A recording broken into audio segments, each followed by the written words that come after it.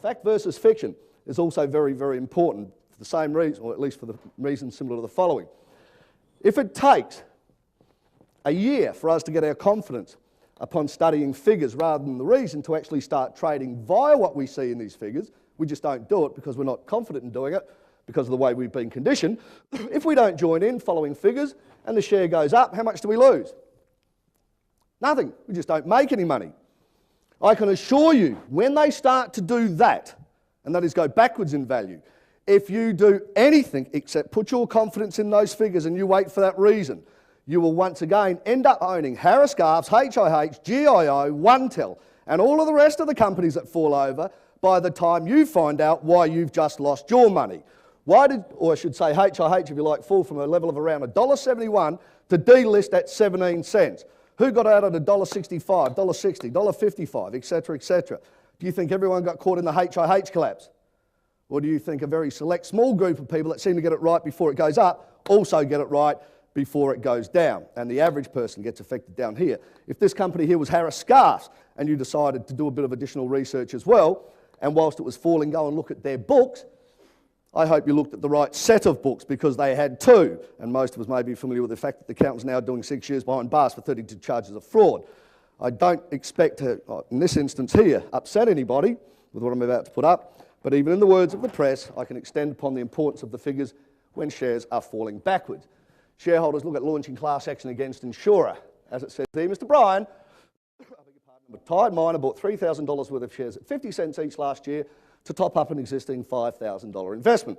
He bought shares thinking that a restructure of the company would result in long-term gain. At 50 cents, it seemed to be a bargain, he said. After watching the HIH share price drop since then, I wasn't entirely surprised when HIH was placed into provisional liquidation. The very sharp drop in the share price over the last few months indicated there were people who knew things that I didn't. Now, I don't have a problem 100% agreeing with what that gentleman went through, nor have I ever had a problem experiencing and agreeing with what that particular gentleman went through. Just to go past that as well in relation to the figures that I discuss, I hope I'm, once again, not going to accept people with the examples that I'm using.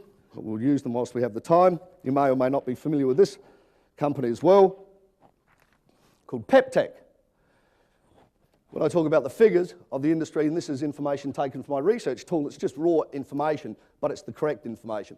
And as you can see from September in that particular example there, Peptech went from approximately $2.71 all the way down, I beg your pardon, to a level of 84 cents. And the reason they fell is in this article here, dated in the press the 31st of October, or made public to the stock exchange on this day, the 30th of October, at this particular value here. And I hope you see, as I have always seen, when you go back through those figures, hindsight's a lovely thing, but that's how we learn things in life. When you go back through those figures in the 2 months approaching that negative announcement, someone somewhere was not being prepared to hold on to those particular shares and wait for the reason why they were going negatively, if you like. But the figures were always there and would have told us to remove ourselves well before the reason or announcement was made public. And just finally on this little example here, because I need to keep moving forward, if you're in this industry, you may be familiar also, not that way you won't, with a company called Sons of Gwalia. This is obviously more recent movement, but from, again, a level of around $2.86, fall, all the way down to these two special days, which in this instance means the company has gone broke.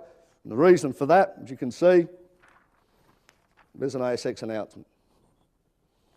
On the 30th, I beg your pardon, of August, saying that the securities of Sons of Gwalia will be suspended from quotation immediately at the request of the company following the appointment of voluntary administrators.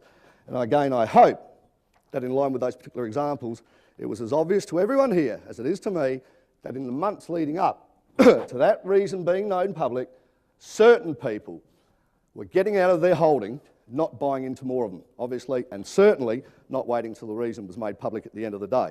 My point behind that, ladies and gentlemen, very strongly, as I've said, it's fine to take time to get confidence in the figures and not trade them when you're going forward, but in almost every single instance, if you do anything but put confidence in those figures when they start to do the opposite, by the time you find out why they're doing it, it is too late.